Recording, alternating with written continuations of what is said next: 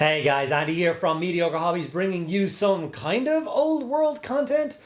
So as we know, old world is currently on a high. It is growing and growing and growing. There is more events on continuously and everyone seems to be enjoying the entire process. But it is still quite difficult to get our hands on the miniatures that we want for our armies. And that's where the sponsor of today's video, Proxywars, comes in clutch.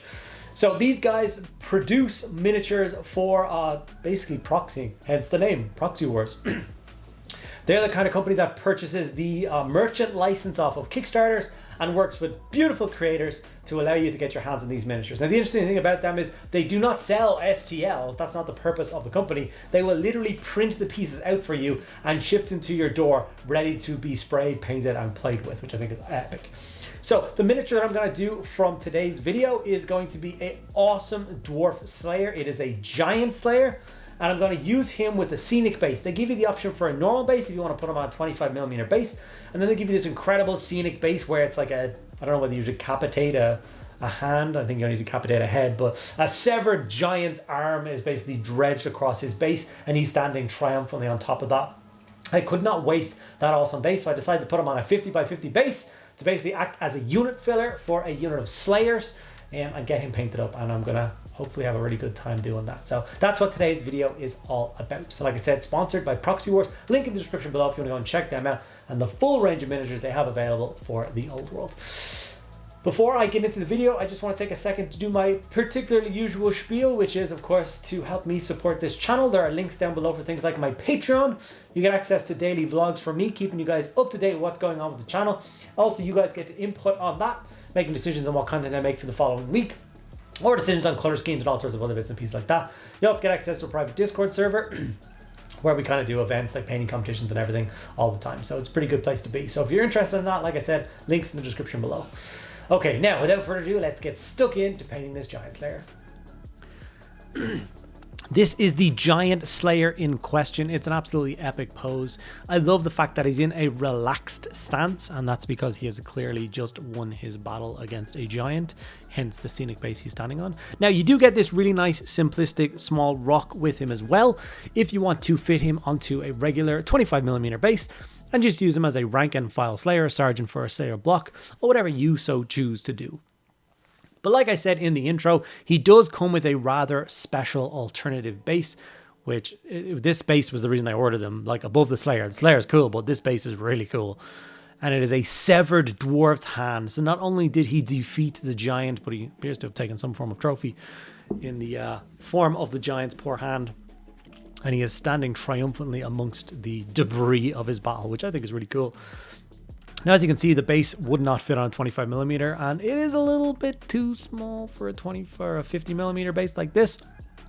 So I decided to bolster it up a little bit higher with some cork.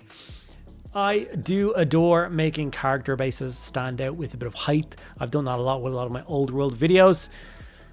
It's kind of become a little bit of a thing, but it's fine. So it's a little bit of a cork coaster from IKEA. As you can see, it's quite fat, quite thick.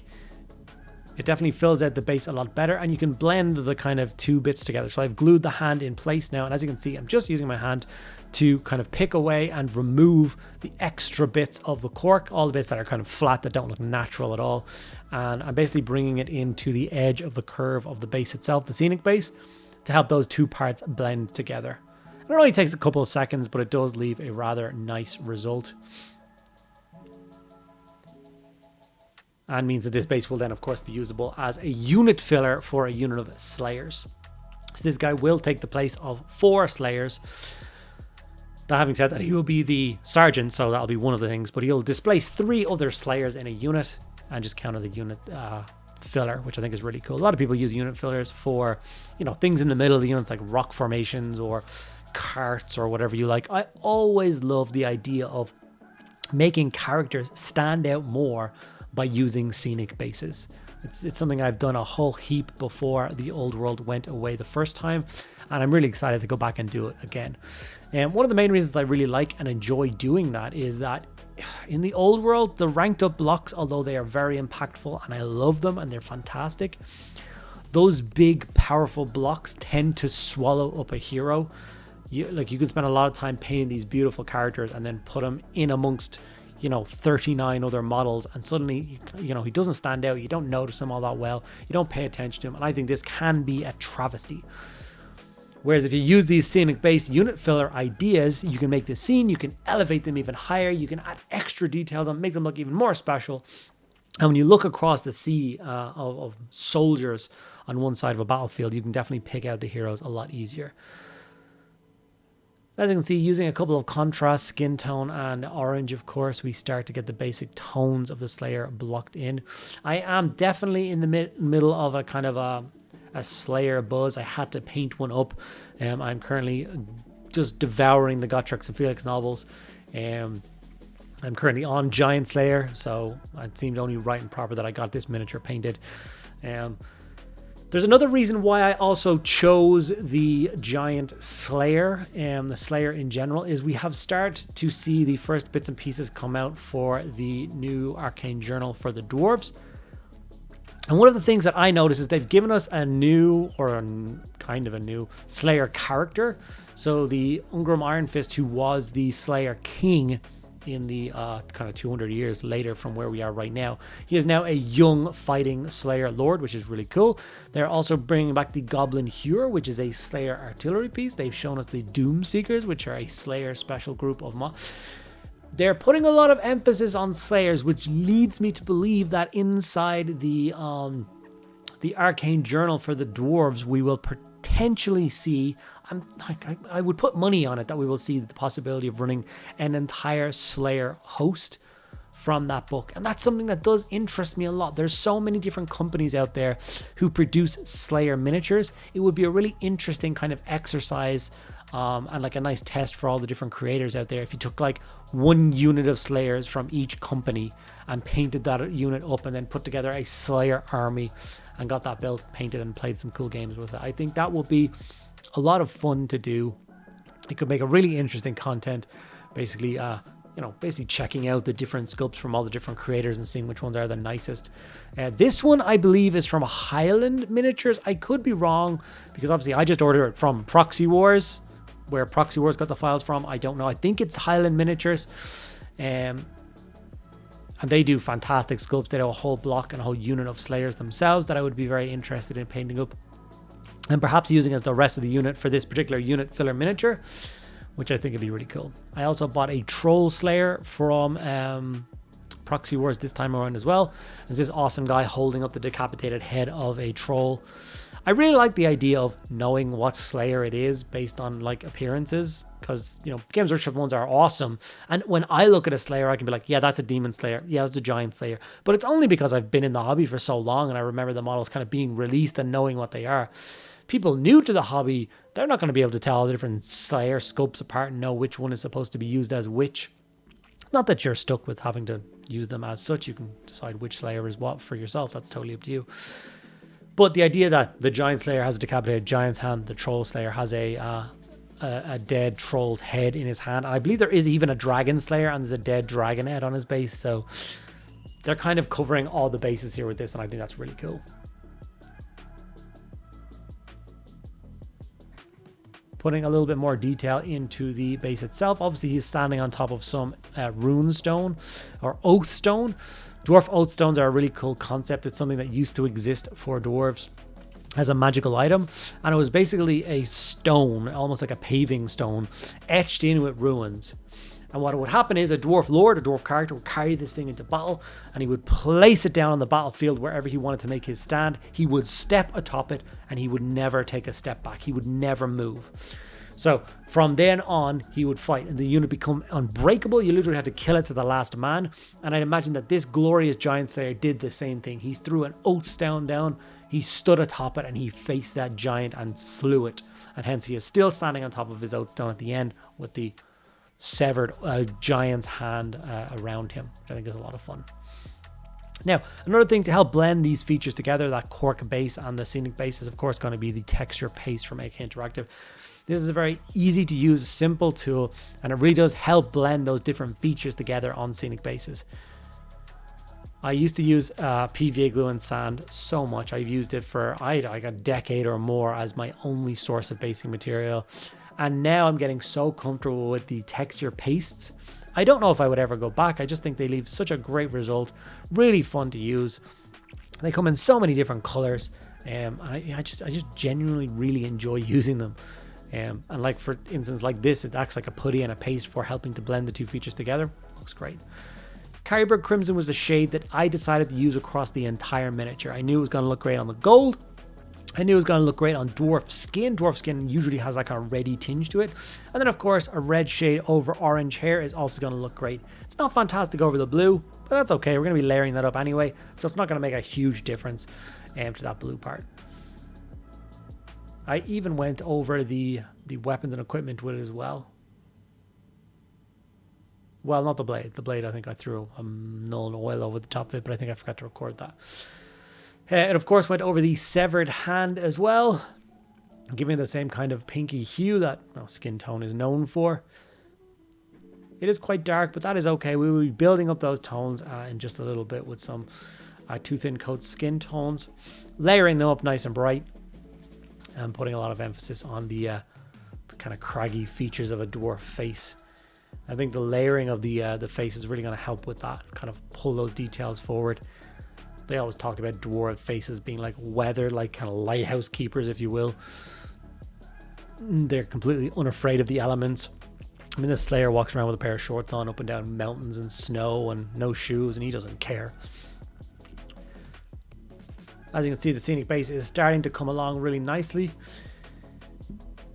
And even as just a painting project, even if I decide not to do a Slayer army and I don't decide to delve deeply into painting my dwarves again and getting a dwarf army together, which isn't true, I do plan on doing that, but just as a piece to paint, I think it's fantastic. And like I said, that's one of the great things about Proxywars. You can check out their website. They've got things for beastmen and orcs and dwarves and elves and dark elves and anything you can think of. Huge arrays for Empire. And right now we are in a bit of a struggle because, like I said, we are currently chasing the popularity of the old world. We're trying to ride that wave of excitement. It's just awesome. But the problem and the big threat that I feel is that the people just can't get their hands on miniatures to play the game. I mean, they have shown off Dwarves. We have no release date for it.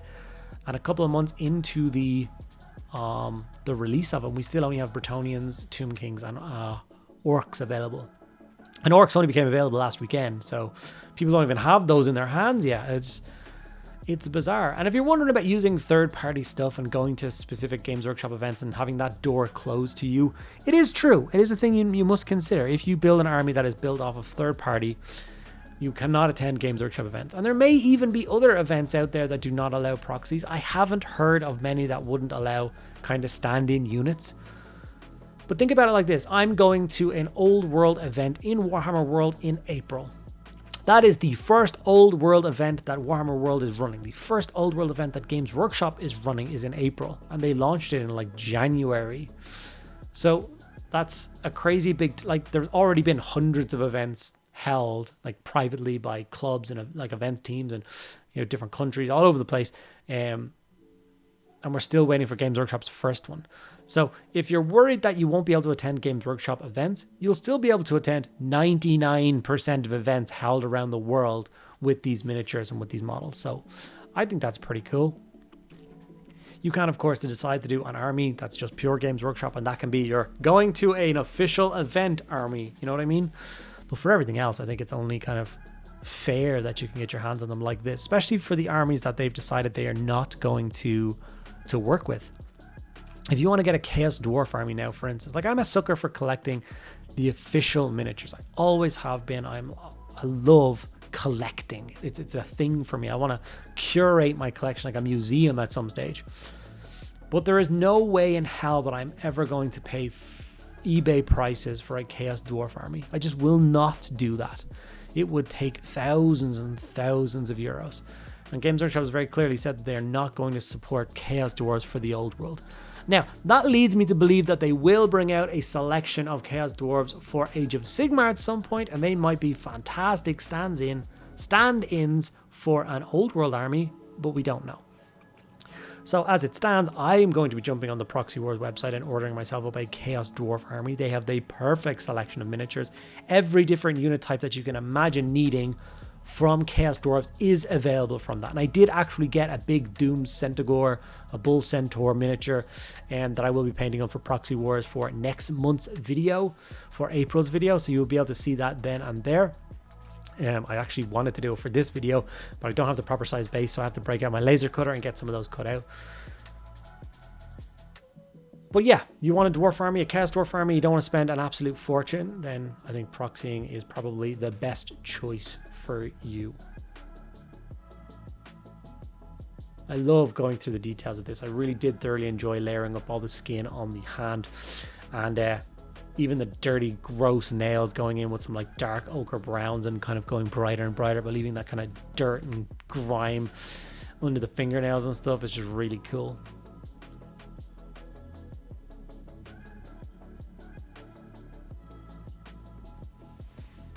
Is there any particular miniatures out there that you guys really would wish you could get your hands on right now but don't have access to it because they're not available? I would love to know what people's kind of things they really are hunting for. One thing I also thought would happen is that, you know, with the re-release of the old world, it would tear down some of the extortionate prices on eBay. If anything, I think it's made it worse because now there's even more of a drive for people to get those miniatures and they're unavailable. So it's actually helped the people selling them at extortionate prices a little bit. And obviously they will come crashing down like army after army after army as they're getting re-released, like a Goblin Hewer, I'm sure, of the Slayer artillery piece, which would have been on eBay for £200, I'm sure isn't on eBay for £200 anymore. And if it is, and somebody buys it, that's more fool you, I think. Yeah, I just want more. I want more. I want it quicker. I want more regular events. I want to attend more regular events. Like, I'm so excited for this old world tournament. My Bretonians are ready. I've painted up a couple of 1,000 points of Bretonians now. I've got my 1,500 point army ready to rock and roll. I'm going to be attending the event, doing my best, and like genuinely excited to look at what people's armies are, what they've brought, what they're using, and how they play them. But with the starting point only being 9 armies and the rest of them being left in the dust, I think people will be looking to other ways to get those armies and get them played, especially in unofficial events, when there won't be just 9 different types of army on the table. It will be crazy. A lot of people out there think the Games Workshop will fold at some point and let people use the kind of legacy armies. I disagree entirely. Those armies now belong to Age of Sigmar, and I don't think you're ever going to see them there.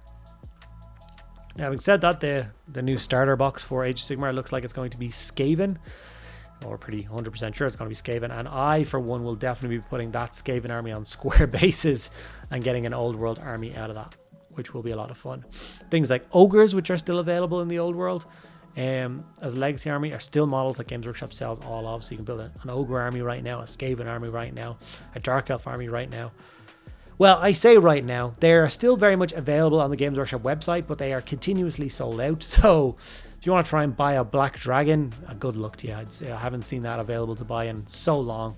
It's getting a little irritating at this stage. My favorite part of painting this miniature was, of course, layering up the awesome orange hair. It's such a nice detail. I got a nice, fresh, fine pointed, small layer brush, and I made sure to get those strands of hair looking kind of clean and fresh and sharp. What is a Slayer without an incredible array of hair from his giant mohawk crest? Some of the images of the Slayers they've shown off so far have shown off kind of orange plumes, but then their beards and stuff are still brown. I don't like that at all. I'm definitely going to be soldering through and doing orange on all of them. There also hasn't been nearly enough old world battle reports on my channel, and I do apologize for that. Hopefully I will get some more recorded pretty soon and get them up for you guys. Now with my Bretonians actually to a nice long painted standard, I can definitely get a battle report in with those guys and show you how they play, how glorious they are, and smash any opponent that is put on the other side of the table from me.